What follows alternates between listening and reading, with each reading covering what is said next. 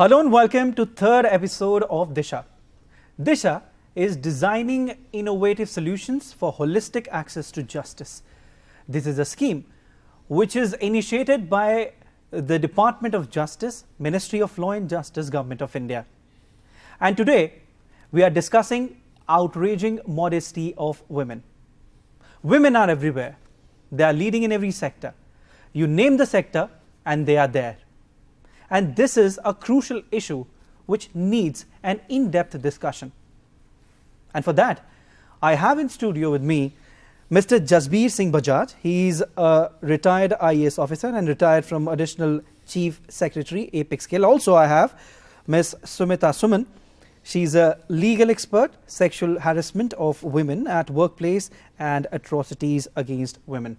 A very warm welcome to both of you in today's broadcast. Now, I would like to begin with you, Mr. Jasbir. How do you define modesty and then outraging modesty?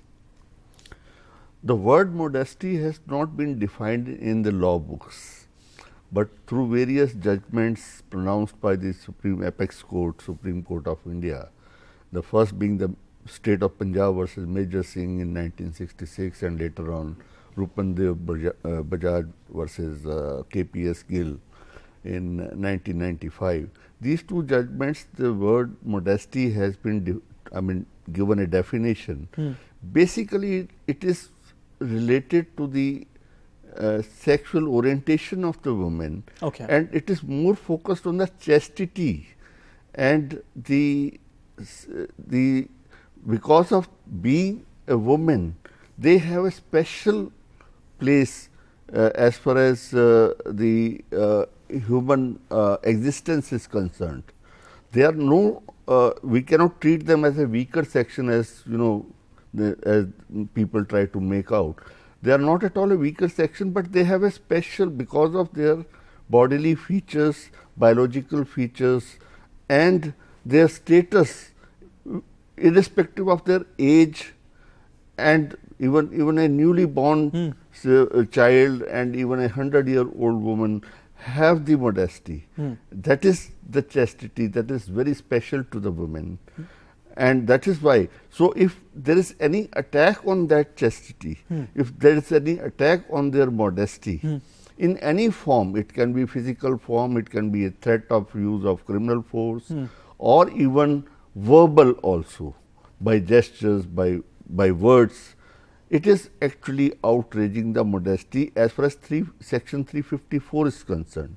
But there is another section 509 which deals with the respect to the modesty. So if there is any disrespect to the modesty, that also is an offence under the law.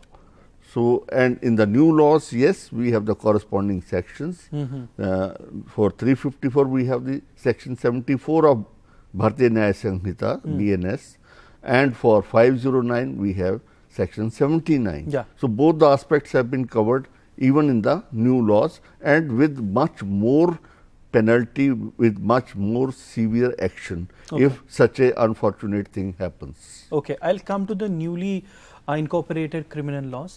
But now I would like to ask you that you've just mentioned there are various forms.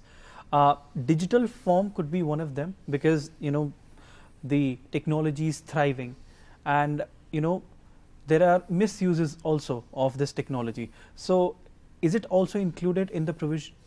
Yes, it is very much included in the provision. Digitalization has been given a very special focus while framing the new laws, because now with the change of time, the technology also develops. The old act was as old as enacted in 1860, though it has undergone many changes through various amendments. But there was a need for a new law where all these new technological features have to be incorporated. So that is why we find that even the digital evidence is like emails, the WhatsApp messages, and many other forms of digital communication are admissible evidence now. So that carries lot of weight in getting the justice for the woman.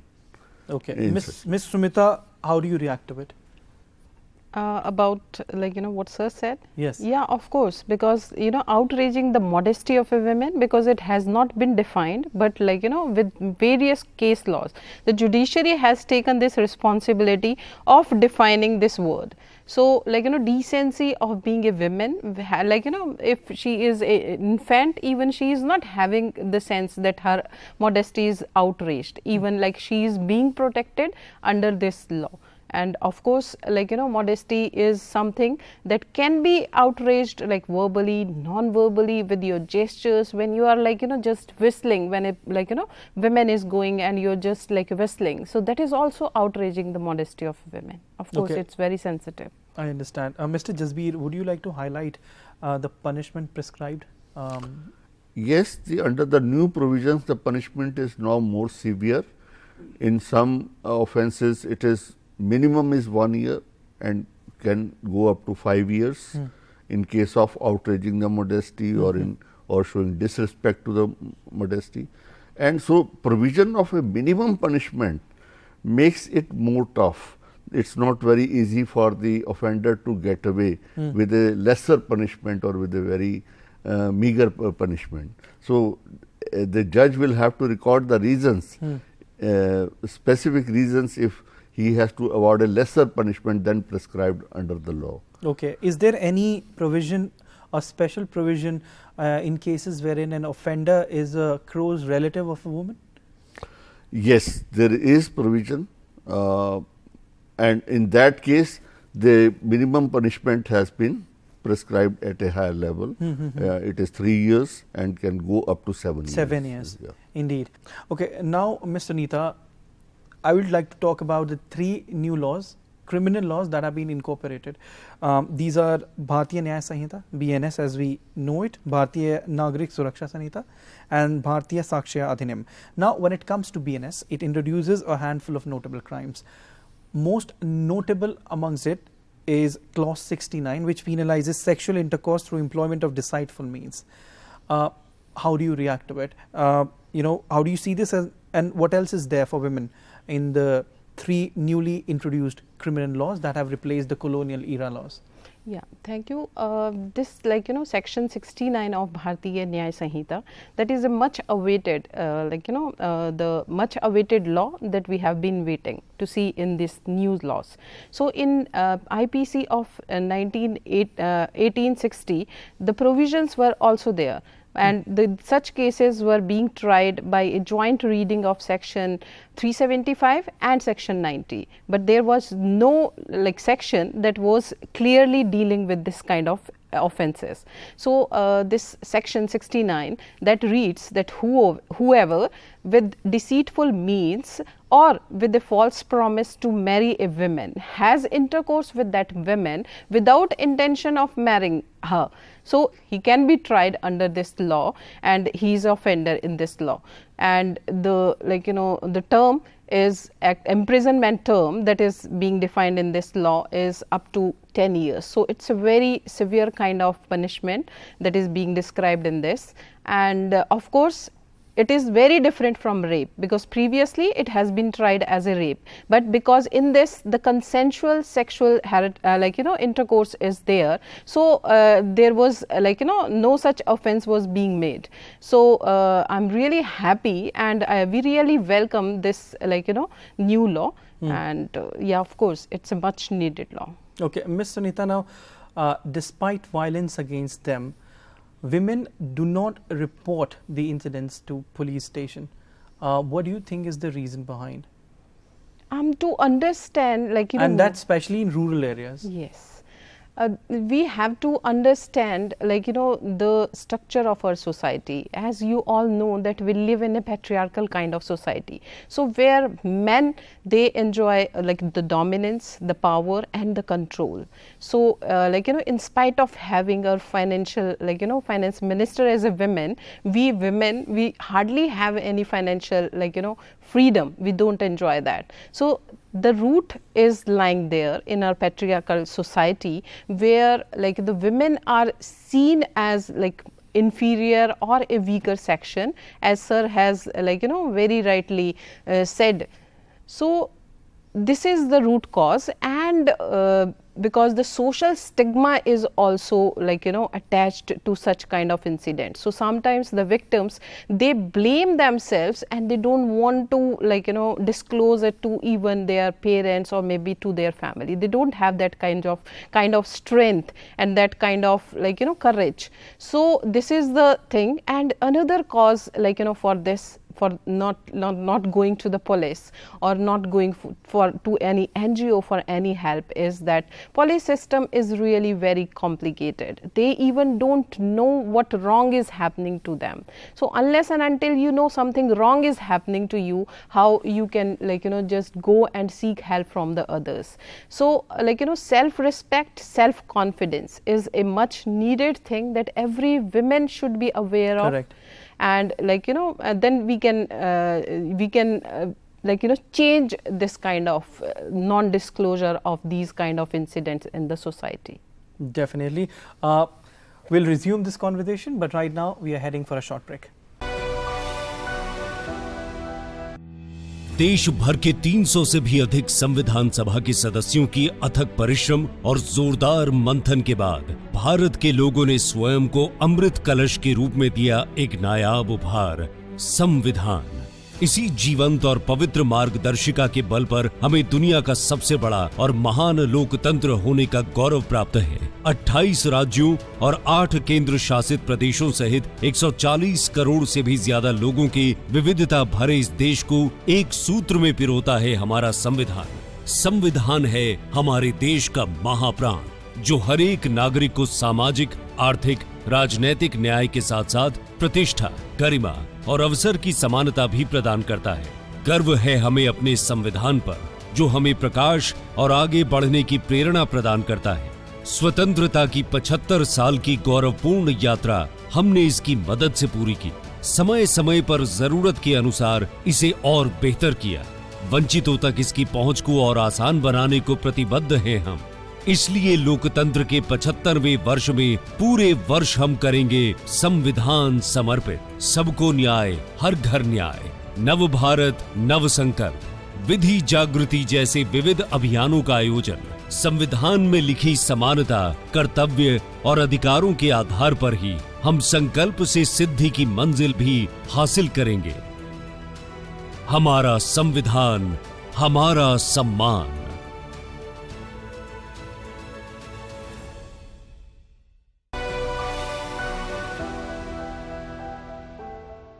Welcome back after this short break.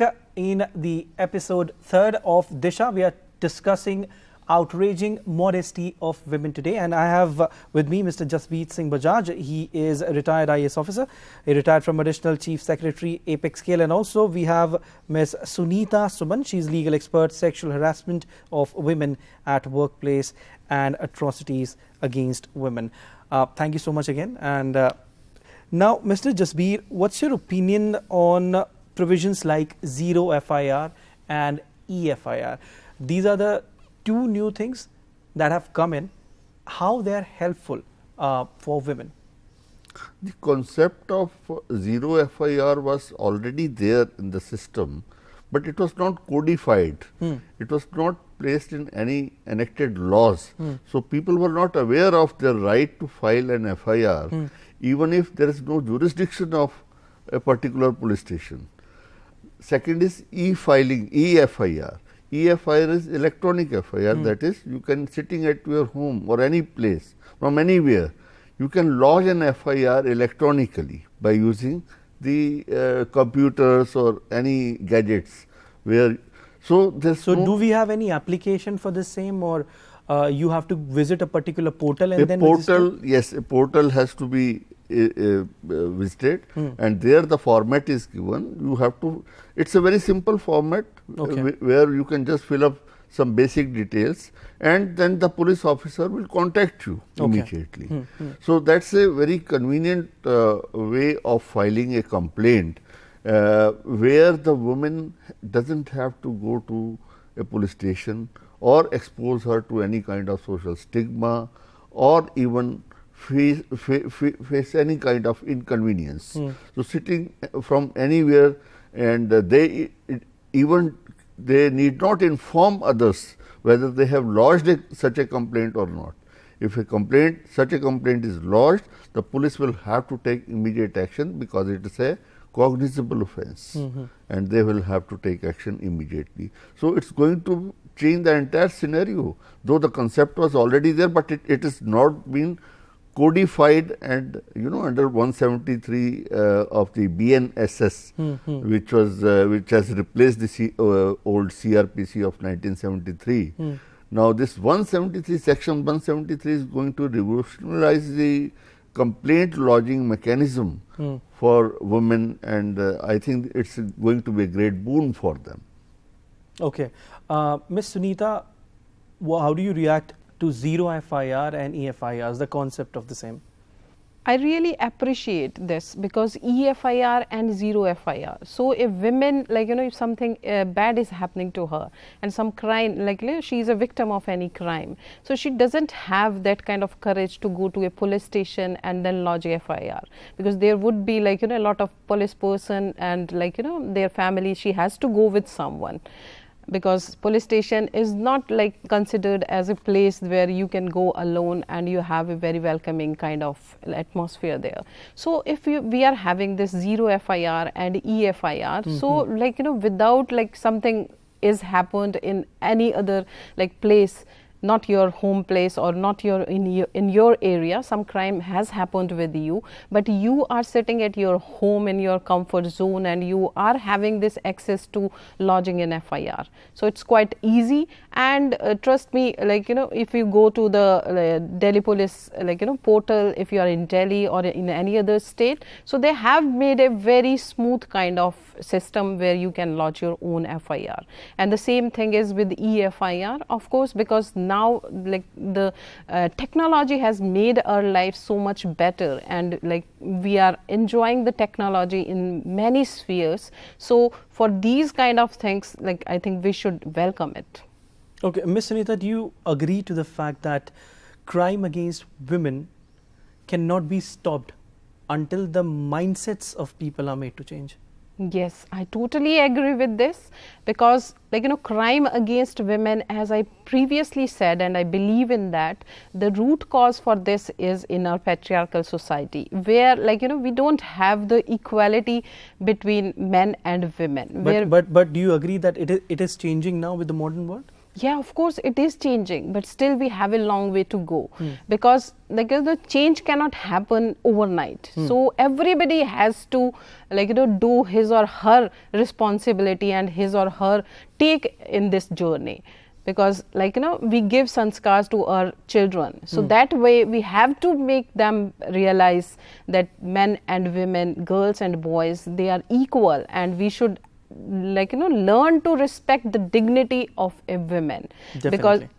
Because she needs it, and because she had been suffering for hundreds of years, so she needs that kind of support that can be given. Of course, the government is doing its part, and these new laws of course will help her to regain her dignity, and of course I believe that. Sir, how do you react to this? See, this is a kind of a cultural upbringing. How the upbringing of a child is done right from his childhood till he becomes an adult and becomes a part of the society.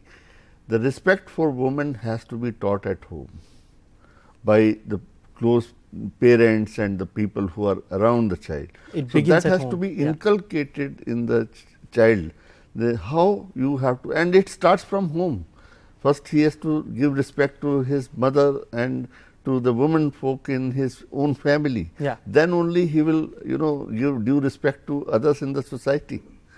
So, definitely it has to be inculcated, it has to be taught by all of us. It's a duty cast upon us that we make our children aware of the dignity of the woman and give due respect to that. Okay, how do you see, Mr. Jasbir, that a lot is being done by the government to empower women? Women's reservation bill is one of them. There are some other means, including launching various schemes for women. How do you see that? See, the first, as you mentioned, reservation for women in legislature is a very bold and much awaited legislation, because for decades we have been talking about it, but it never happened. At least it has come now. Yes, it was there in the local bodies, but for parliament and state legislatures, it was not there. Now it is a law, and it will be implemented in due course when its implementation becomes operational, when the laws become operational. But it's definitely a very bold and a very forward looking, where the woman will have a say in the policy making, in the law making process, because legislature make the law, and she will have a great say in that. Besides that, the present our government has been placing much focus on empowering the women, and also uplifting their status in the society. Correct. There are many schemes which have been brought about, and like our women used to struggle a lot in the kitchen. Yes. Now that Ujjwala scheme has just made their life providing so them easy. clean cooking fuel.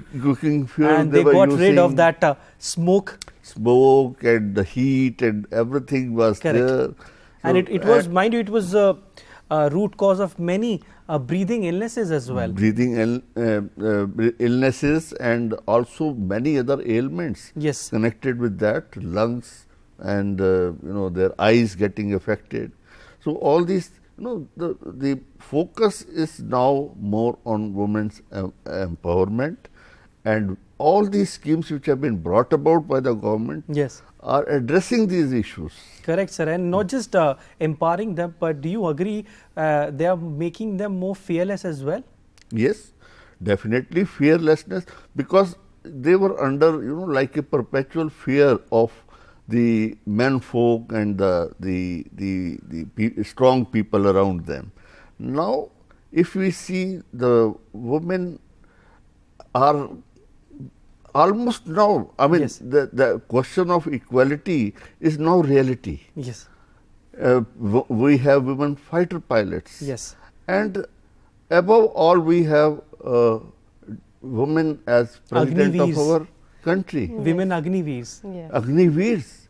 Yes, they are joining the armed forces. Earlier they were only in police. Armed forces. Yes. I have seen them working, my colleagues in the administrative service or police. I have seen them working, like they as good as, even better than us in many fields. Definitely. Very quickly now, Ms. Sunita, could you throw some light on cyber stalking? Yeah, stalking was made a offense in IPC 1960, and it was a physical stalking. But because, as you mentioned, that technology is thriving in every sphere of life. So a much needed clause was introduced in there, and that was in IT Act of 2000, International Technology Act of 2000, where in section 67 cyber stalking was mentioned. So cyber stalking means that when a person is following someone, or like every social activity, social media activity or social media presence, when it is being followed by someone, so the commission of cyber stalking is done. And if you are sending someone offensive or these kind of messages repeatedly, unwelcoming messages, so cyber stalking, of course, it's a very serious offense, because nowadays everything is digital. Everything, we are on social media, we are on various platforms, and we want to feel protected there also, because it's not a physical world now, it's a virtual world in which we are roaming since morning till night. So we want our dignity and our our respect to be maintained cyber on social media also. Definitely. So we got to know today so many things when it comes to outraging modesty of women. We have our guests in the studio. They told us many laws related to it and punishments as well. That's all in the third episode of Disha. We'll meet you in the next episode with a different topic. Thank you so much, and thank you both of you. Thank you. to join in on the broadcast today. Thank you. So today we got to know many things when it comes to outraging modesty of women, the laws related to it and punishment related to it as well. Our esteemed guests present in the studio threw many highlights regarding what it actually means when it comes to outraging modesty of women. That's all in this episode of Disha, but we'll see you in the next episode with another topic. Thank you so much for joining in. देश भर के 300 से भी अधिक संविधान सभा के सदस्यों की अथक परिश्रम और जोरदार मंथन के बाद भारत के लोगों ने स्वयं को अमृत कलश के रूप में दिया एक नायाब उपहार, संविधान। इसी जीवंत और पवित्र मार्गदर्शिका के बल पर हमें दुनिया का सबसे बड़ा और महान लोकतंत्र होने का गौरव प्राप्त है। 28 राज्यों और 8 केंद्र शासित प्रदेशों सहित 140 करोड़ से भी ज्यादा लोगों की विविधता भरे इस देश को एक सूत्र में पिरोता है हमारा संविधान। संविधान है हमारे देश का महाप्राण, जो हर एक नागरिक को सामाजिक, आर्थिक, राजनैतिक न्याय के साथ साथ प्रतिष्ठा, गरिमा और अवसर की समानता भी प्रदान करता है। गर्व है हमें अपने संविधान पर, जो हमें प्रकाश और आगे बढ़ने की प्रेरणा प्रदान करता है। स्वतंत्रता की 75 साल की गौरवपूर्ण यात्रा हमने इसकी मदद से पूरी की। समय समय पर जरूरत के अनुसार इसे और बेहतर किया। वंचितों तक इसकी पहुंच को और आसान बनाने को प्रतिबद्ध हैं हम। इसलिए लोकतंत्र के 75वें वर्ष में पूरे वर्ष हम करेंगे संविधान समर्पित। सबको न्याय, हर घर न्याय, नव भारत, नव संकल्प, विधि जागृति जैसे विविध अभियानों का आयोजन संविधान में लिखी समानता, कर्तव्य और अधिकारों के आधार पर ही हम संकल्प से सिद्धि की मंजिल भी हासिल करेंगे। हमारा संविधान, हमारा सम्मान।